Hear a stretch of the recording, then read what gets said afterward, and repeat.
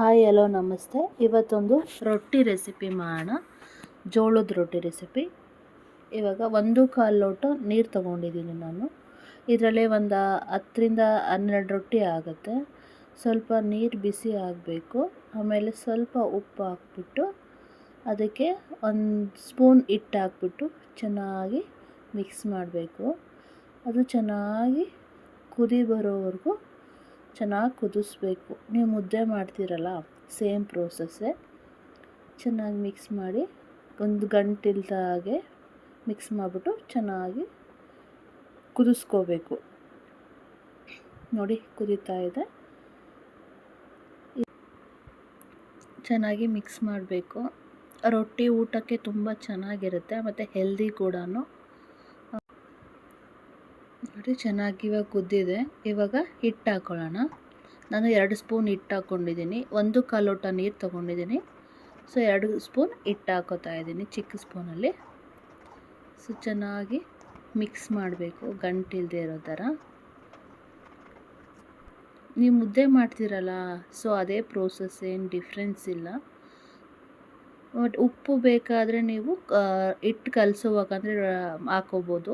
ನಾನು ನೀರಿಗೆ ಹಾಕ್ಕೊಂಡಿದ್ದೀನಿ. ನೋಡಿ, ಇವಾಗ ಚೆನ್ನಾಗಿ ಬೆಂದಿದೆ, ನಿಮಗೆ ಗೊತ್ತಾಗ್ತಿದೆ.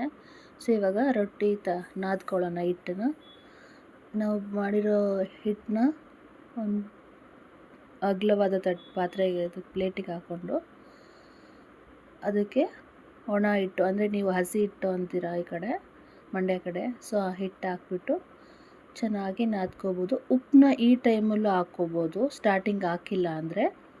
ನಾನು ಸ್ಟಾರ್ಟಿಂಗೆ ನೀರ ಜೊತೆನೇ ಹಾಕ್ಕೊಂಬಿಟ್ಟಿದ್ದೀನಿ. 2 ಥರನೂ ಹಾಕ್ಕೋಬೋದು. ನೋಡಿ, ಇವಾಗ ಚೆನ್ನಾಗಿ ಮಿಕ್ಸ್ ಆಗಿದೆ. ಸೇಮ್ ಚಪಾತಿ ಹಿಟ್ಟು ಬರುತ್ತಲ್ಲ, ಅದಕ್ಕೆ ಬಂದಿದೆ. ಇವಾಗ ರೊಟ್ಟಿನ ತಟ್ಕೊಳ್ಳೋಣ. ನಾವು ಯೂಶ್ವಲಿ ತಟ್ತೀವಿ, ಬಟ್ ಇಲ್ಲಿ ಬಾಡಿಗೆ ಮನೆ ಇರೋದ್ರಿಂದ ಓನರ್ಗೆ ಡಿಸ್ಟರ್ಬ್ ಆಗುತ್ತೆ ಅನ್ನೋ ಪರ್ಪಸ್ಗೆ ನಾನು ಉದ್ದುತ್ತಾ ಇದ್ದೀನಿ. ರೊಟ್ಟಿ ತಟ್ಲೂಬೋದು ಮತ್ತು ಉದ್ಲೂಬೋದು.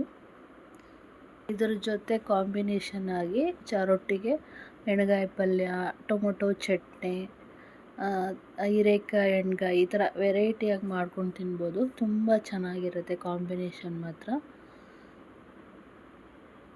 ನೋಡಿ, ಉದ್ದಿದೆ. ಇವಾಗ ಬೇಯಿಸ್ಕೊಳ್ಳೋಣ.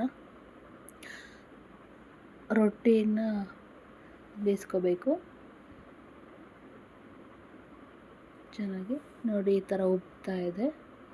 ರೊಟ್ಟಿ ಕಾಣಿಸ್ತಿದೆಯಾ? ರೊಟ್ಟಿ ರೆಡಿ. ನೋಡಿ, ಈ ಥರ ರೊಟ್ಟಿ ರೆಡಿಯಾಗಿದೆ. ಈ ಥರ ಮಾಡಿದ್ರೂ ಕೂಡ ಅದು ಕಿತ್ತೋಗಲ್ಲ, ತುಂಬ ಚೆನ್ನಾಗಿ ಬರುತ್ತೆ ಮತ್ತು ತುಂಬ ಟೇಸ್ಟಿ, ಹೆಲ್ದಿ ಕೂಡ. ಇದಕ್ಕೆ ಕಾಂಬಿನೇಷನ್ ನಾನು ಟೊಮೊಟೊ ಚಟ್ನಿ ಮಾಡಿದ್ದೀನಿ. ಆ ರೆಸಿಪಿ ನೆಕ್ಸ್ಟ್ ವೀಡಿಯೋದಲ್ಲೇ ಹಾಕ್ತೀನಿ. ನೀವು ಟ್ರೈ ಮಾಡಿ. Thank you.